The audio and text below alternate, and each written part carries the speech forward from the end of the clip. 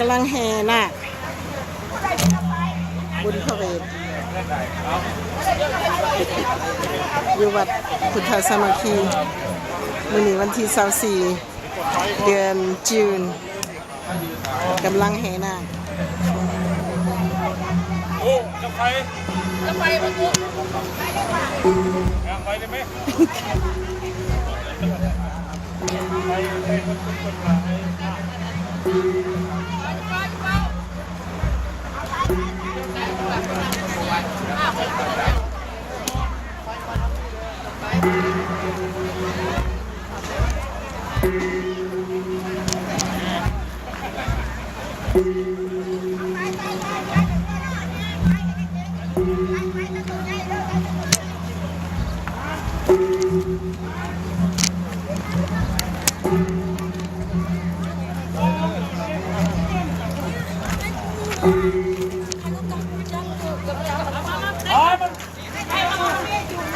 ขาดกันไหมห้ามกันรถ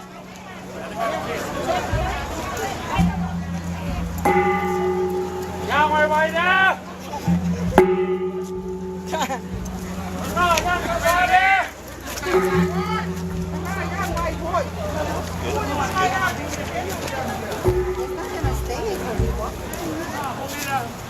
ยังไงจะเลยข้อแท็กซี่ว่าหาขอได้เท่าไหร่เลย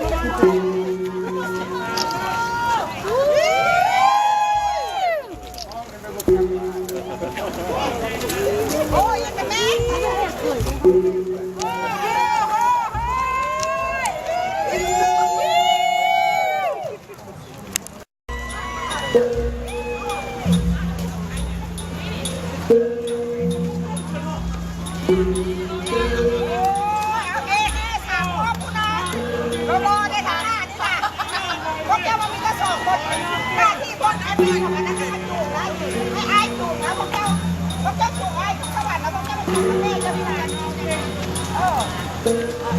อันนั้นต่อนอนลงก็ได้นะคะย่างลงนี่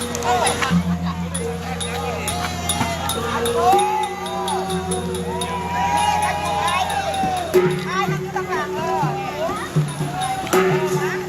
าย่างโอ้ย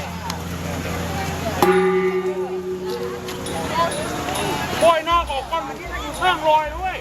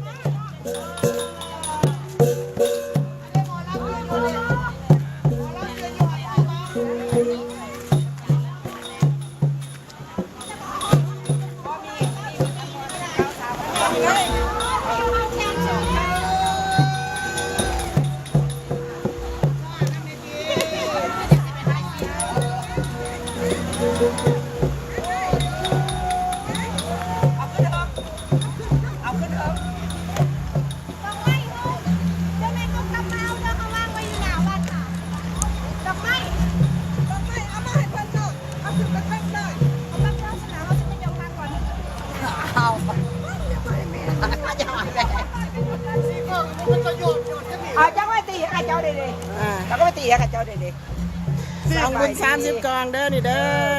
งามลายเป็นใหญ่เขาเป็นผู้กรรมการแทนนี่แหละแปลว่า30 กอง30 กองกองบวช6 กอง7 8กับจัวถามว่าไปเลยรอบที่3ไม่นี่นะมือโพด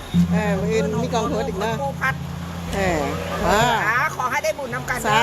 ธุเด้อวิดีโอก็ได้ผู้บ่ได้มากให้คุณได้เหมือนกันนั่น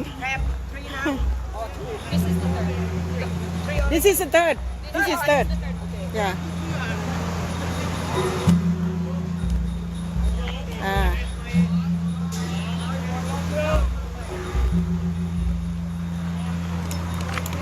มีขายเครื่องขายของ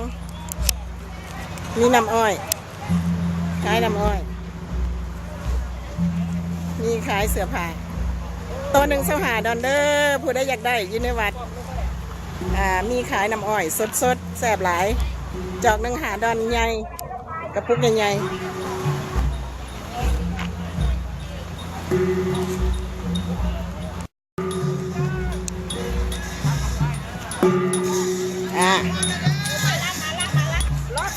รอบ3แล้วรอบ3แล้วเดี๋ยวมาพี่ก่อนฮะ เนาะ อีกวันนึงว่าหาก็ได้ซองวะโอเคโก้สระ ขึ้นมา3ล่ะ สั่งคำยังโอ้ที่มีการเปลี่ยนอีกจะสมัยไหนเรื่องหน้าอยู่นี่เอาจุกลูกจุกเต้าขึ้นสวรรค์เด้อ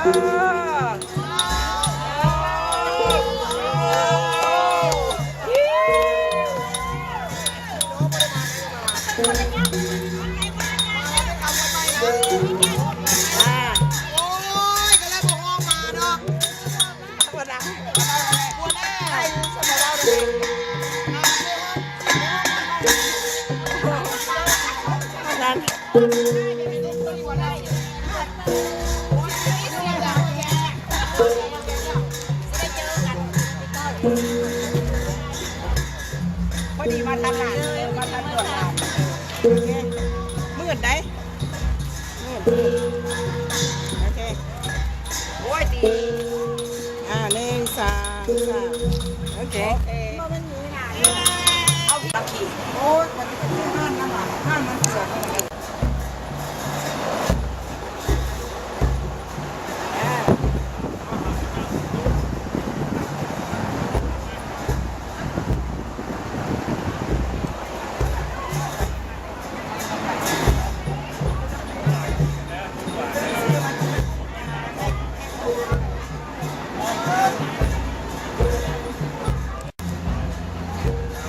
ตีเลย ว่าจะซอยหลาย เอาเลยมันก็ดังดียังก็ดังไปเนาะ ก็จะดังปานใดเนาะได้แย่นั่งแบบนี้เลยนั่งแบบนี้ได้เนี่ย โอเคขอความสงบสาธุสาธุร้องวันน้ำว่าขน้อยที่มาได้บวชมาได้บวชเรียนเขียนอ่านพระพุทธศาสนาพระพุทธศาสนา ขอให้เจ้าที่เจ้าทาน ขอให้เจ้าทิ้งเจ้าทาน เจ้าวัดวาอาราม เจ้าวัดวาอาราม ยมทับภู จงหับภู ก็พวกขน้อย ของพวกขน้อย ได้พวก sorry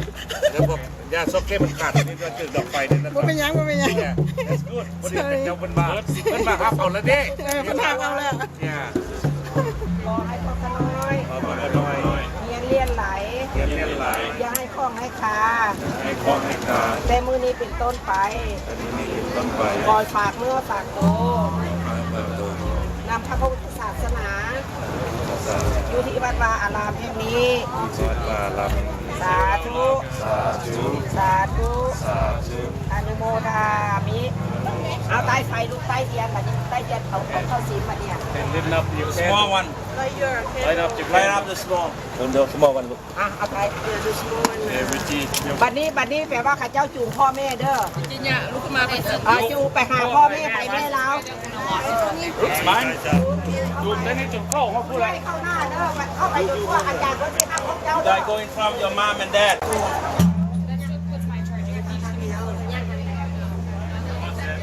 วันนี้จูงพ่อแม่ขับซิป จองลูกจุงลูกเข้าสิม ตอนตะกี้เห็นลูก โอ้ตะกี้ พ่อ เขา จูงแม่จูง แล้วสิไม่ได้เป็นแบบนี้ กลับมาเป็นกู ปั๊บสิก็มันยัง จุงพ่อแม่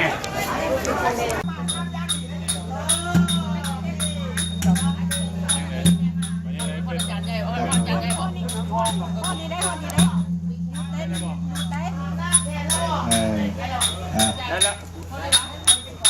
นั่งลงละนั่งลง เอาคู่ที่2นี่ล่ะไอ้หน้าเขาเป็นยังกับผู้โลดเขามาสั่งเลยเนาะ โอ้ละ โทษนายคือมาเปิดสนะนะคือมาเปิดอันนั้น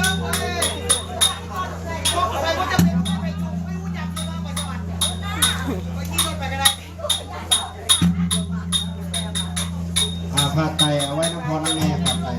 ไว้น้ำพอน้ำแม่ไว้น้ำพอน้ำแม่หน้าเอานั้นขึ้นมาเยี่ยมขึ้นมาเยี่ยมขึ้นมาเฮ้ย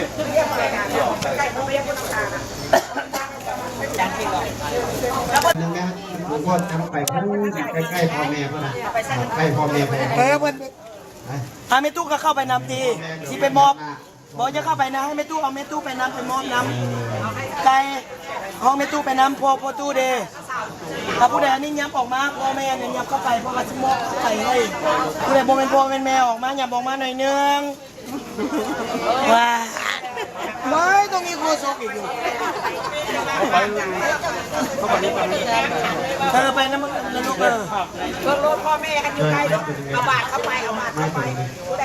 คันตาละบาทเข้าไปเอาปะมอเป็นครอบครัวเป็นไง เอาไปตัวนึงไงตัวนั้น มันดังแล้วนะมันเข่านี่เลย ไปตัวนึงไง ไม่จานจ้อยต่อไม่เดียว รีบมา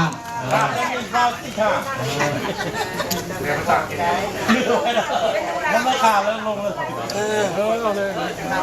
ทางเกษตรกรรมเด้อรอน้ำเด้อตัวขน่อยก็หลายขอลาพ่อแม่ขอให้บวชเป็นพระสงฆ์ในพุทธศาสนา